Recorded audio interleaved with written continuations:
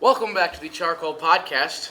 This is episode 12 of our once weekly podcast, and today we're going to get started with some Week 7 college football results and some standings of our pick'em. Are you going to do this here? We can alternate probably. Right. Dawson, he is tied for third as of last week. He was 5-3 last week. He ended up winning both of his games. He picked Oklahoma over Texas. He was right there. And he also picked unranked Miami over Virginia. That happened also. Going into last week, I was tied for first at 6-2. I chose Wisconsin over Michigan State, and that won. And my upset, I chose Temple over number 21 ranked Memphis, and that also won as well. Last week, I was also tied with Larsh for first. I was 6-2. I also chose number 8 Wisconsin, which was 10.5 over Michigan State.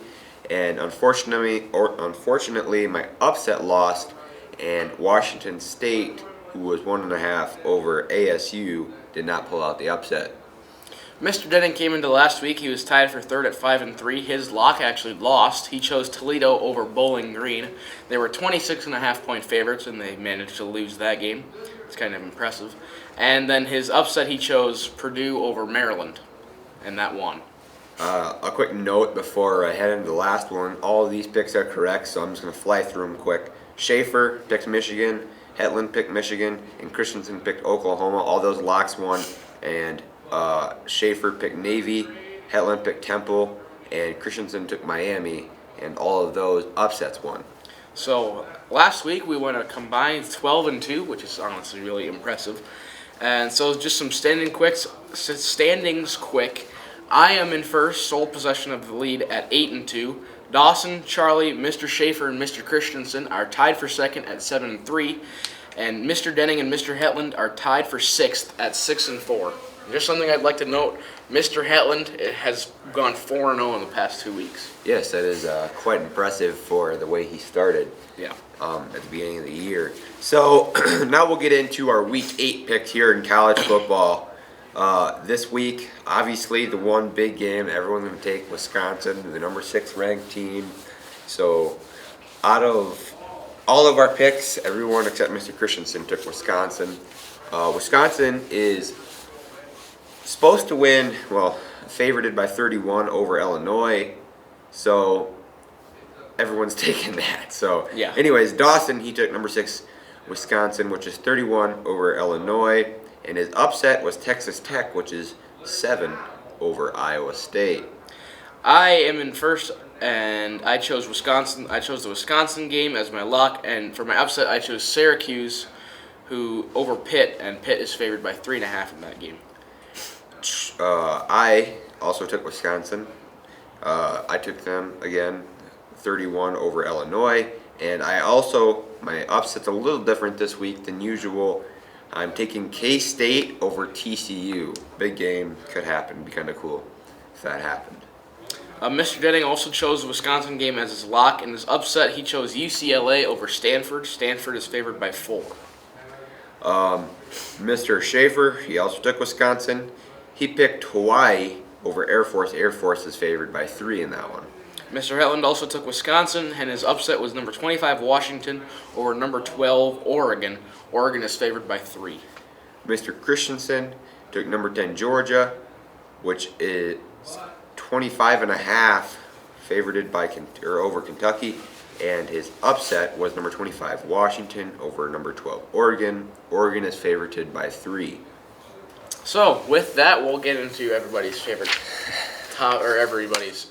part, and we'll spin the wheel. We have 21 topics and 45 minutes. A little bit of time. So I think we'll get through all of these. We should be able to. We're going to have Dawson get us a pen if he can find one in here so we can maybe mark off each one would be ideal. Topic number 4. Who wins the World Series? Well, right now, obviously the Nationals are in as of today. Dawson. And right there, bud. There we go. Right now, the Nationals are in no matter what. Yankees and Astros play tonight. It should be a good one. I mean, I am assuming the way the Astros have been playing, they're probably going to take it. I want the Yankees to go, but Thanks, Dawson. You're welcome. Dawson doesn't quite want his face in the camera. For all my viewers watching, thank you for everything you've been doing with Dawson. The memes are great. Yes, I agree. But also, I would just like to say, I don't know, it's going to be really hard for the Yankees to pull this one out. So it's the Astros and Nats. I think it's going to be Astros and Nats, and I think in that one, the Nats are going to run out of gas a little bit, I think, after their 4-game heater. Right now, the Nats are playing crazy good. And with the break they're going to have, because the Astros are going to have to play the rest of the series out more than likely. Yeah, more than likely. And then all of a sudden, the Nats, they're probably done. They're probably done worrying about stuff right now. They're finally done partying. Now they're World Series mode. Yeah. They are playing the best baseball of their lives right now, Mm-hmm. and that's when it counts. I mean, this team is comparable to the New York Mets a couple of years ago. The Mets were just horrible, barely made it into the playoffs and ended up going to the World Series and winning it. So I think this team is comparable to that team. So that's something I can. I do agree with you. I think it's going to be Nats, Astros, and I think the Astros are going to win that series. But they have to beat the Yankees first. They do, and the Yankees aren't going to quite give up on them. And Yeah. You know how many All-Stars they have. Yeah, a lot of them. Topic number 9. Topic number 9 says, high school girls basketball, can Coach Christensen from Mount Vernon, or the Mount Vernon Playing Titans, lead the Titans to another state tournament this year? I think yes, because when you look at this whole scheme of things, you really didn't lose. I mean, you lost a couple players, but you did not lose that much talent. And I Yes. think they're going to, if anything, they gained more.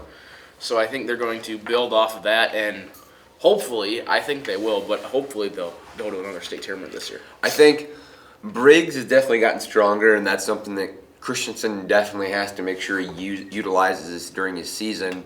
Fox, she's developed over the summer. She's been playing a lot of basketball. It's going to be really hard for them two players to not have great seasons and possibly get on first team All-State. I think that's their goal by the end of the year. But I think that the Titans can definitely make a run at the state tournament. I think so too. But it'll be quite interesting to see how they do against the better teams in the state, like the Winners, who went undefeated last year. Obviously, the Swedlin girl from Winter, she's gonna be really hard to stop from there. And obviously, they have a great culture there in Winter. So the Winter game is going to be definitely a big one. And anything we can get with great competition, we have to make sure we utilize, because that's what we're going to get in the state tournament. Yeah, I think so. Do you think they can make it? I do, and anything above 4th place, I think, is the best thing we can shoot for at the moment. I think so too. Number 3. MLB. With the way, the Nationals, actually, this was made previous to the Nationals making the World Series. But who will win the ALCS, which is the Houston, we kind of talked about this a little bit ago, the Houston Astros and the Yankees, but why? I think, gosh, if it goes to 7 games, I honestly have the Yankees because just the amount of... The Astros are getting stretched out, and you can see it. Yeah. And the Yankees are building and building, but the Astros are right here. They're staying here, but here come the Yankees. Yeah. And it's going to be really, really hard. I mean, if the Yankees can keep any momentum, it's going to be really hard for the Astros. I think just the amount of all-stars they have on their team, I think if they can stretch it to 7 games, I think the Yankees will have it. If they can't stretch it to 7 games, I think the Astros are going to win it in 6. I believe so, and there's not much dispute there. Yeah. It's really weird baseball in the postseason. So It is. It is very. See, we have double digits, 15. Yes, topic 15. who is the best quarterback in the NFL and why? So, a sleeper pick for this, Deshaun Watson. Yep. He's come out of nowhere this season. Especially with the targets he has, it's something else. Yeah, I think with Patrick Mahomes, he came out strong, and he's kind of gotten down there a little bit. Dak Prescott, he's pretty good. I mean, you can't really count him out, and you can never count out Tom Brady. Yep.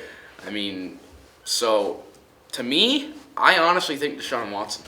Just the amount of targets he has, or the amount of people he can throw it to, and he can use his legs, too. I think that's the best In part. my opinion, I agree with you. With Watson's probably one of the, obviously, Clemson alum. He's not very old. He's going to be a great player in the future. Because right now he's being overshadowed by Tom Brady and Aaron Rodgers and all the other great players. He's going to get his time to shine, but it's not quite right now. I don't think he's the best player at the moment.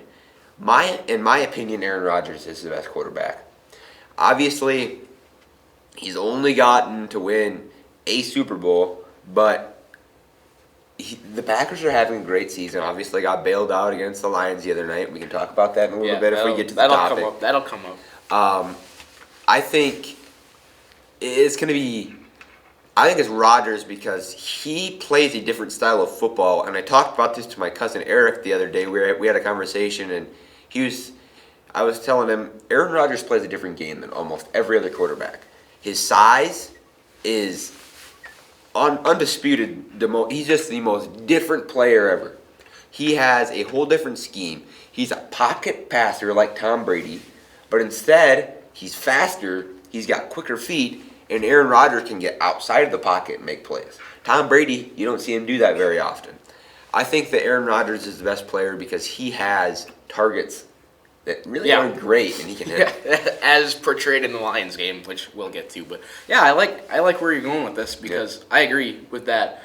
But there's so many good quarterbacks, you can't really pick one because one shows up every week, and it's hard. I see your point, but it's hard for me to, as a Vikings fan, say that obviously Rodgers is really good, but it's hard for me to say that. But Rodgers is a great player. It's also hard to not say it because he's so good. He's good. He's good, and it's hard for teams to strategize against him, and that's what's difficult about him. Ooh, 14. NFL, who is the worst team in the league and why? Dolphins. You could obviously see why. They lost to the Redskins, which are the second worst team, arguably. Yep. Which we did have a topic on here last week, I believe, where it's at the battle of the tanks. Who's going to win? It was just a joke I saw on Instagram that said both teams, they just gave up and gotten to the point where they're tanking for the first pick. But, just the lack of... I'm not sure if it's a lack of talent or the lack of coaching. Or a combination. I don't think it's the coaching because Gruden, and they talked about it, Gruden's obviously done there in Washington, and now that he's out, they're like, oh my God, this guy actually did something. Because this guy who came in now, he's making the Redskins do stuff that college teams and high school teams do. In the NFL, you come to practice, you learn plays, you do some skill stuff, some drill stuff, do some indie stuff, and you head out. Mm-hmm. There's no conditioning. You do that on your own time. That's what you do on your own time.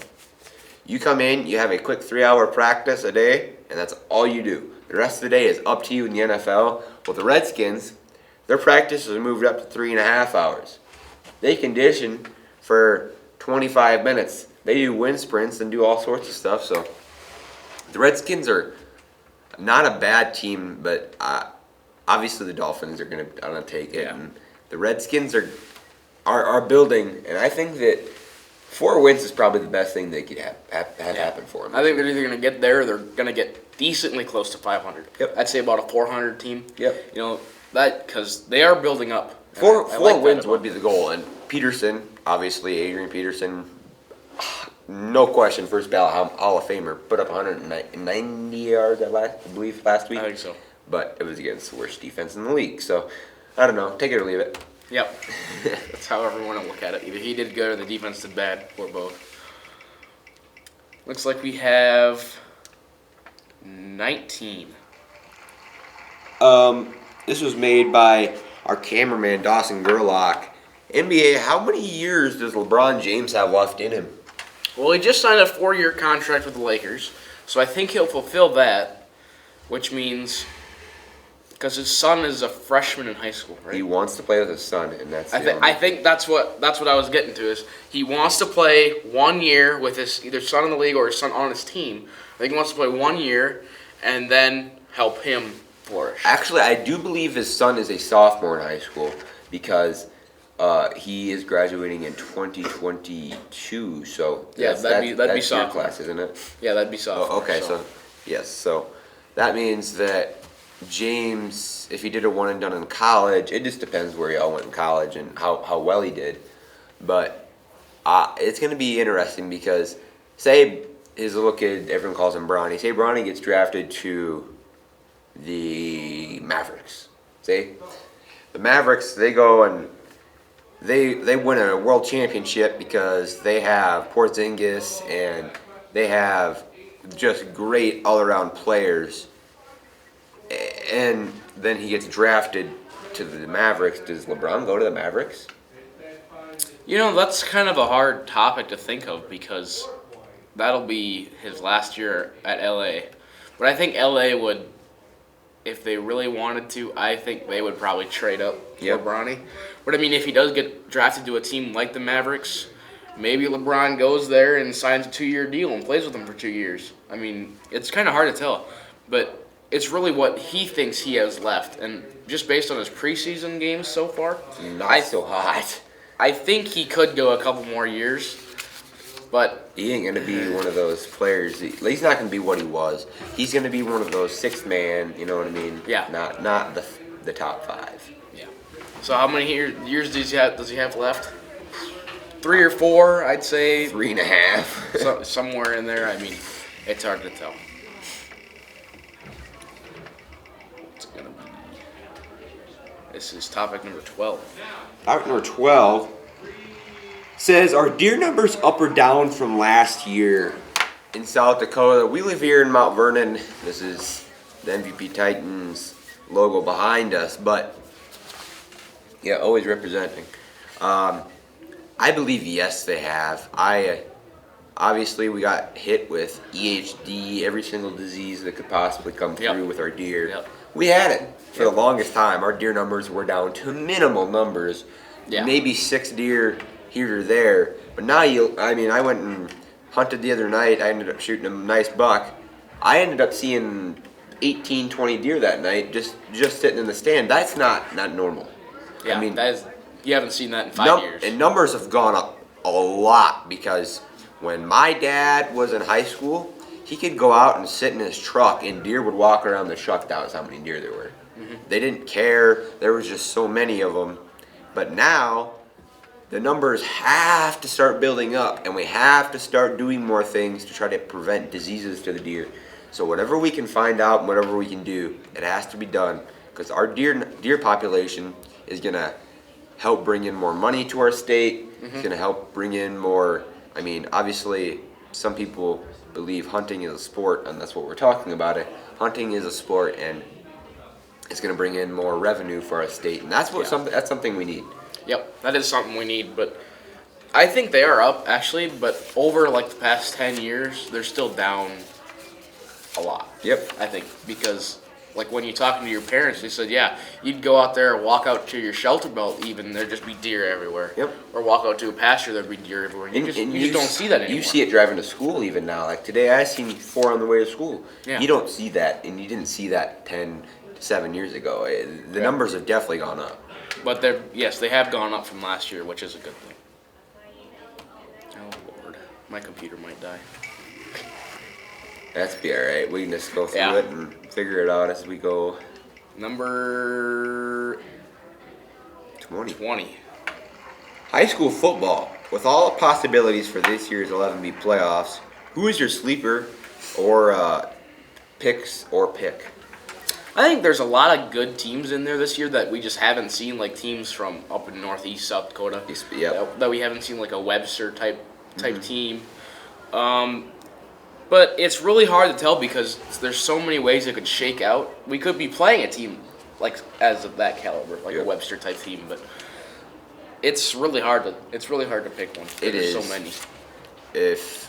I'll give you a little time to think. I want you to at least pick one, but I want to give you my pick right now. Obviously, this is going to be a little shaky, and they might even lose in the first round. But my pick to go quite a ways is one of those up north teams, Mobridge Pollock. I got Mobridge Pollock going a little ways.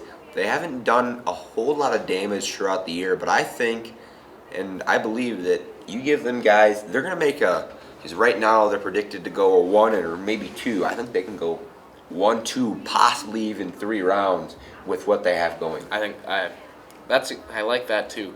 But what I was thinking is you either have a team like Webster or a team like St. Thomas More. Yep. I think those type teams that you just don't see that often, especially down by us where we're so run dominant, where St. Thomas More is a lot more pass dominant. Yep. Yes. But you get into those November days, those late October, early November days where the wind might be blowing, that might alter their offensive scheme a little bit. But I mean, I think that's who I'd have to pick is a team like St. Thomas More with an offense that you really don't see around here that come in and they just... It's hard for teams to adjust to that, especially in the playoffs after the whole year has been run, and then passed. What do you do? Yeah. So that's who I have as a sleeper pick. I think they could go to possibly 3 rounds. Yes. Anything. Ooh. We got quite a bit of time, actually. So Yeah, we have a lot of time. 6. as of today, who is the best defensive player in the NFL? This is a hard one because there's so many good players. There's so many standout players for each team. You got guys like Aaron Donald, who was the defensive player of the year last year. You have Myles Garrett for the Browns, or Jadeveon Clowney, or people like that. I think a lot of the best players you see are usually like DN type players or inside linebacker type players because they're just there making tackles all the time and sacking people. So I mean, it's really a toss-up for whoever you want. It really is. And last year, NFL had their top 100, and who was that number one? Aaron Donald. So that's what I'm taking. He just disrupts, and he's so strong.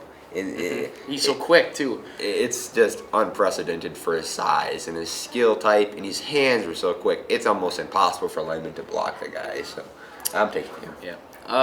I'd have to either say him or any other end, such as like Jadeveon Clowney, Myles Garrett, or J.J. Watt. But I'd probably have to go with Aaron Donald just based on the fact that he's just good, and it's really hard for teams to adjust to him because either side of the line they put him on, he's going to be a disruptor. Yep. So it's hard for offenses to adjust.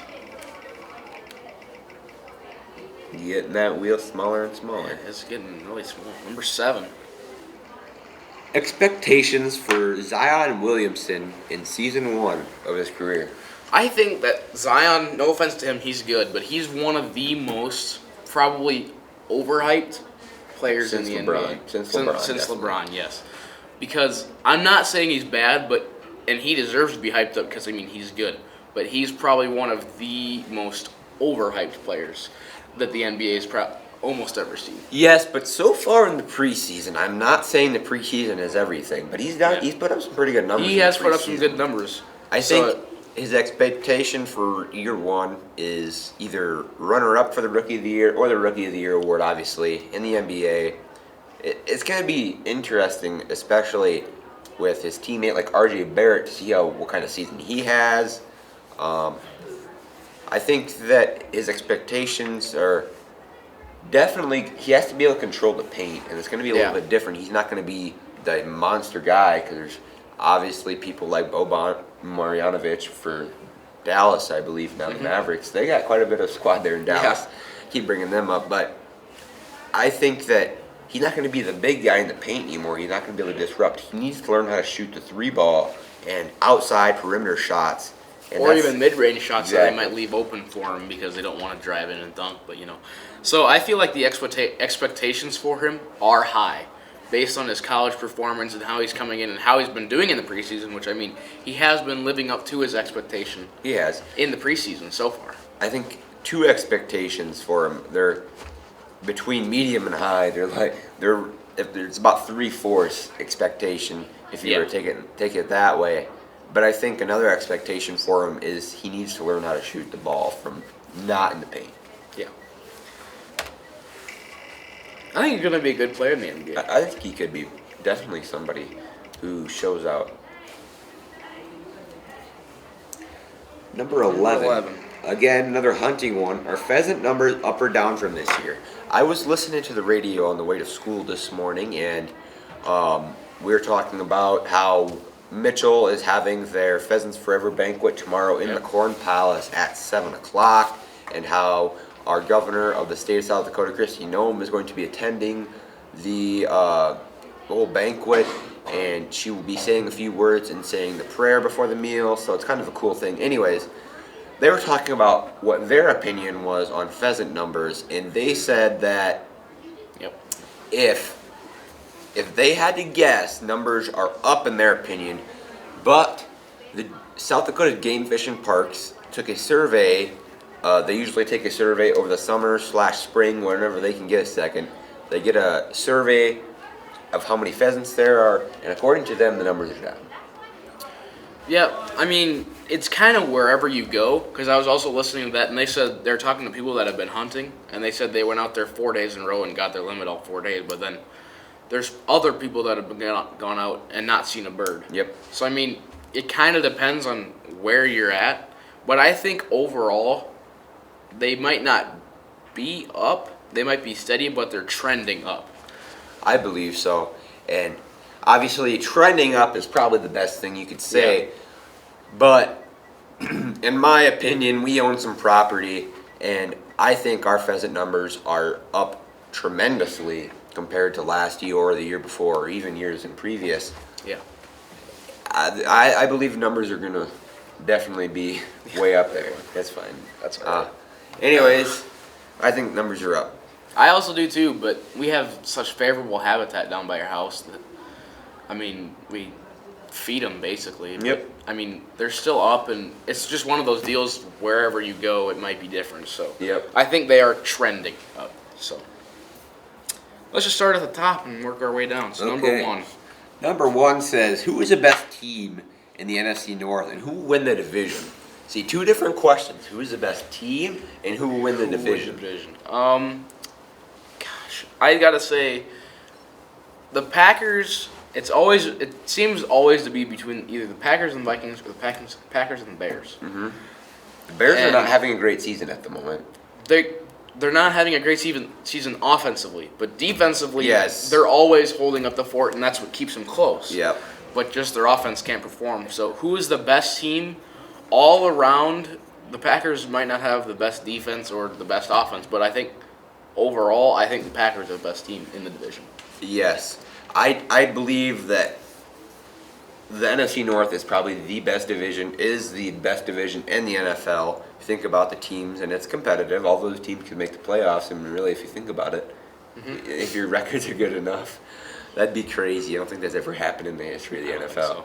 But it could happen. 3 teams have made it before, so you hope to be in the top 3. But I believe the Packers take the division, but I believe that the Vikings are the best team because, and obviously we're going to learn a lot more this week versus the Lions. Yeah. This Sunday is going to be a turning point, whether we go here or go down. It's going to be crazy to see how the Vikings do, and I'm really excited for the game. And if the Vikings can pull something off, the Vikings are going to hop right up there in the standings and be second, and the Vikings are going to hop up. Right now they're ranked 6th in the NFL. They're probably going to hop up to 4 or 5.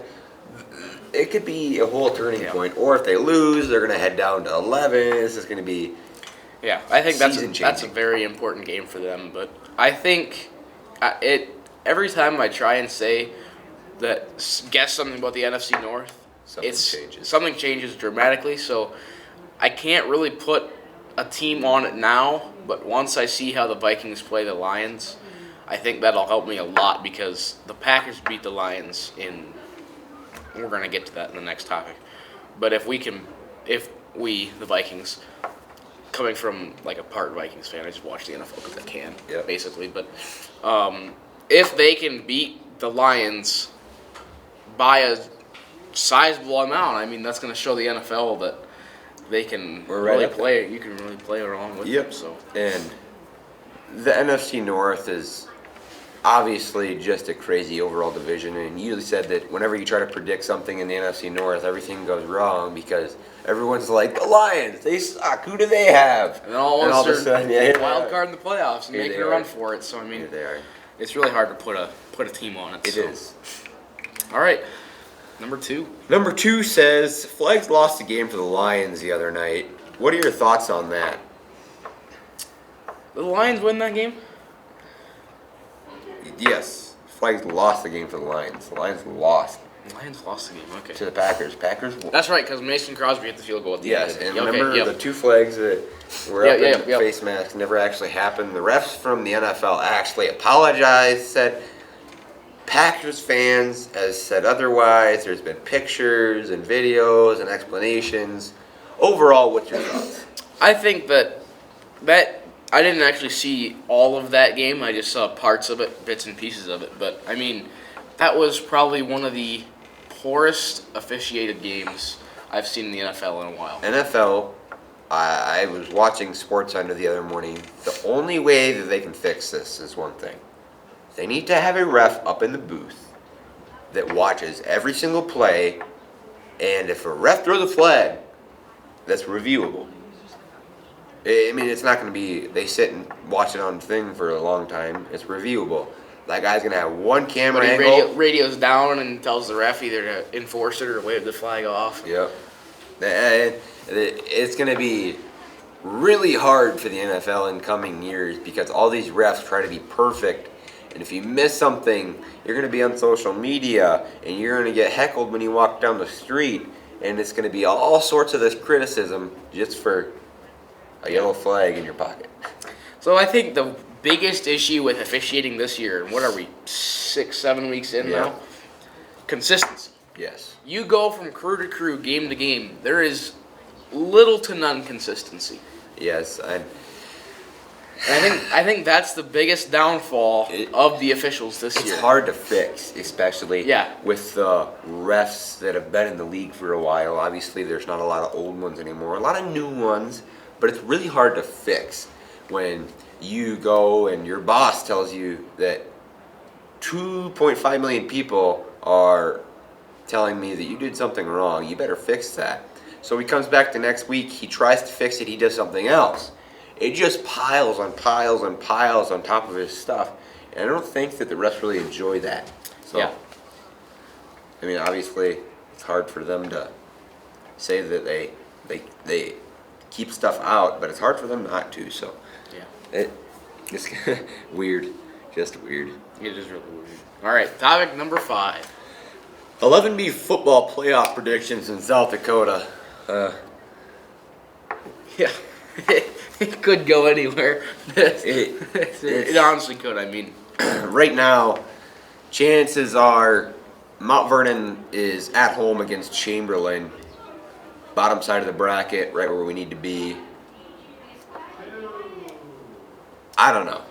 It could go anywhere. It's really hard to tell because you look at the teams such as like Winter or Bridgewater, Emory, or even us, who could really go up against any of these teams and make a run for it. Yeah. Like, especially us, when you think about it, like, we're what, going to be 6th or 7th in power points? Well, that's something I can get to in a little bit, too. And we're going to go up there. Like, our 2 losses were to BEE and Winter, and they're all less than a touchdown. Yep. So, I mean, we can make a run for it, but so can all these other teams, I feel like. So, obviously the teams, not like the 13 through 16 teams, such as like Little Wound and Lake Deadwood and teams like that in Sisseton. But I mean, these top 10 teams, you could really see any of them in the Dyke House. Well, one team that I really do not expect to make a run for is Webster. They play absolutely no one.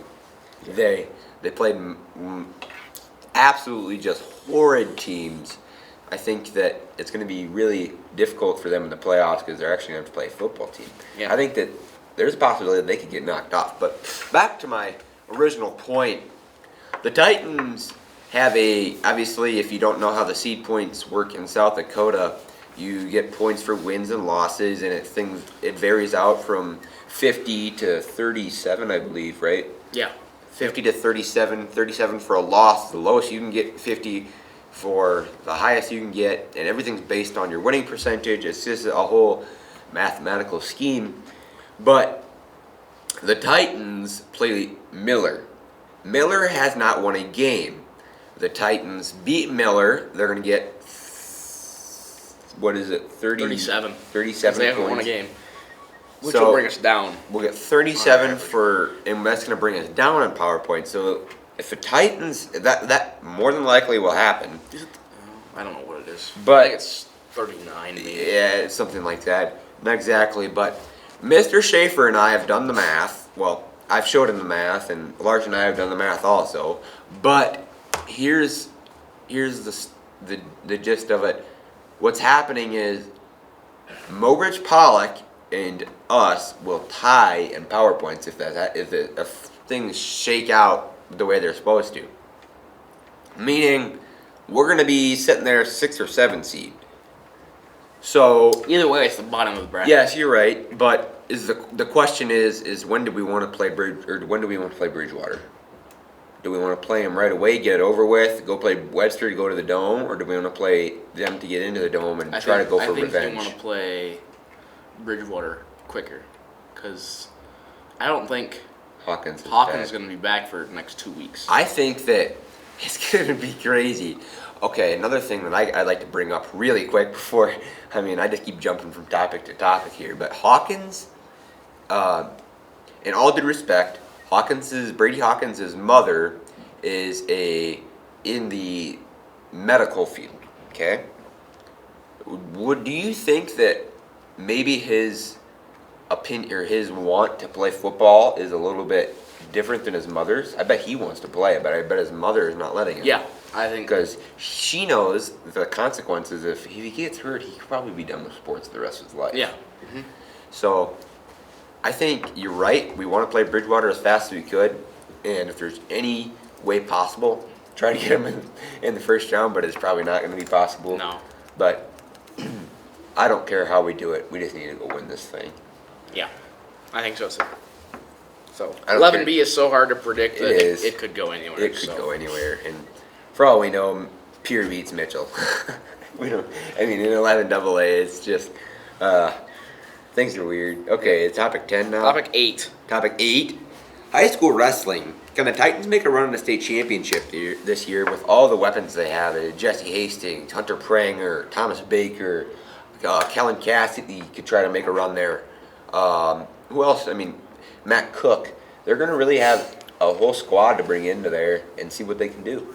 Can they make it to the state championship? I think yes, but based on prior years, we've gotten 4 people, but the teams that have won it have filled up every spot. You're right. You have to.